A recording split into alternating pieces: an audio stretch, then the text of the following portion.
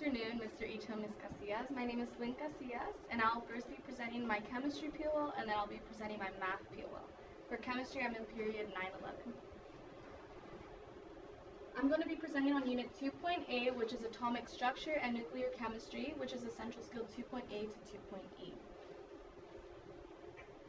2.A was basically just telling us about what's in an atom and what it is made up of. Atom is 99% empty space, and that 1% is the nucleus, which is the space where it has the most mass and it's the most dense. Electrons don't do anything with the mass of the atom because they weigh almost nothing, and then atom contains protons, neutrons, and electrons, and the nucleus. 2.B, so basically all the information that we got from there, like about the protons, the neutrons, electrons, came from 3 men. The first one was named J.J. Thomson. He found out that about electrons and that they are negative by using an experiment called the cathode ray experiment.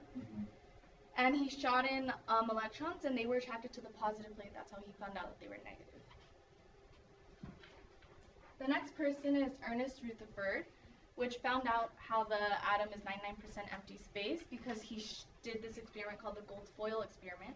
And he shot in particles through a thin gold foil, and 99% of them did go through, but that 1% of them bounced off, and that's how he found out that there was a nucleus and that it was really dense. The last person is Chadwick, which he basically went off of Ernest's experiment, and he wanted to find out what was in the nucleus. And he found out that there was protons and neutrons, and the protons which are positive and neutrons which are neutral. For 2.C, we learned about electromagnetic force, which is where opposite charges attract, and like charges repel. So you may think about in the nucleus how it's made up of protons and neutrons, that the protons would want to repel because they are the same charge, and neutrons don't really do anything because they're neutral. But what keeps the nucleus together is something called the nuclear strong force. And for smaller atoms, the nuclear strong force is stronger than the electromagnetic force. And for bigger atoms, the nuclear strong force is not as strong as the electromagnetic force. And because of that, with bigger atoms, they become radioactive because the nucleus is too big and it breaks and it starts shooting out particles. So any element that emits radiation is going to be radioactive because the atom wants to be small. And then it becomes an isotope, which means that they have the same number of protons but different neutrons, and it's the same element, but it has a different mass. So basically, the only thing that happens is the mass changes. There's 3 different types of radiation. The first one is an alpha particle, which is positive. The symbol looks like a little fishy, and it's protected by thin paper. The isotopic notation is 4/2, and then the symbol. The 4 stands for the mass, and then the 2 is the atomic number, which can also be helium. The second one is beta particles, which is negative. The symbol looks like a V. It can be protected by cardboard or foil. The isotopic notation is 0/-1 with the beta. And then the 0 stands for the mass, and the -1 is the atomic number, which is also the electron. Then we have gamma rays, which are neutral. The symbol looks like a Y. It can't go through lead or concrete. The isotopic notation for that is 0/0 because it's neutral, so it has no charge to it. My evidence for where I got all this information from is from my homework and from my Unit 2.A exam. Thank you for your attention, Mr. Ito.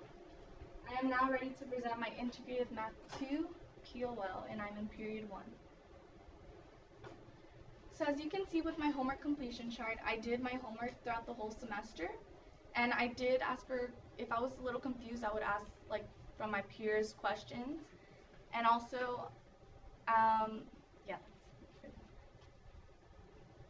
Then for my assessment score chart, I did pretty well on all my tests and quizzes. I did do all of my corrections. And if I was confused on a test, I would ask Ms. Casillas for clarification so that I can do well on next test. In order to keep my A, I would review my notes, and I would also ask Ms. Casillas for clarification so that there would be no confusion next time. My lowest essential skill learning target was essential skill 2, congruent triangles, which was test number 1, LT 2.2, angles and triangles. My misunderstanding with it was that I forgot that we were able to use supplementary angles, and that just confused me with all of them because the middle part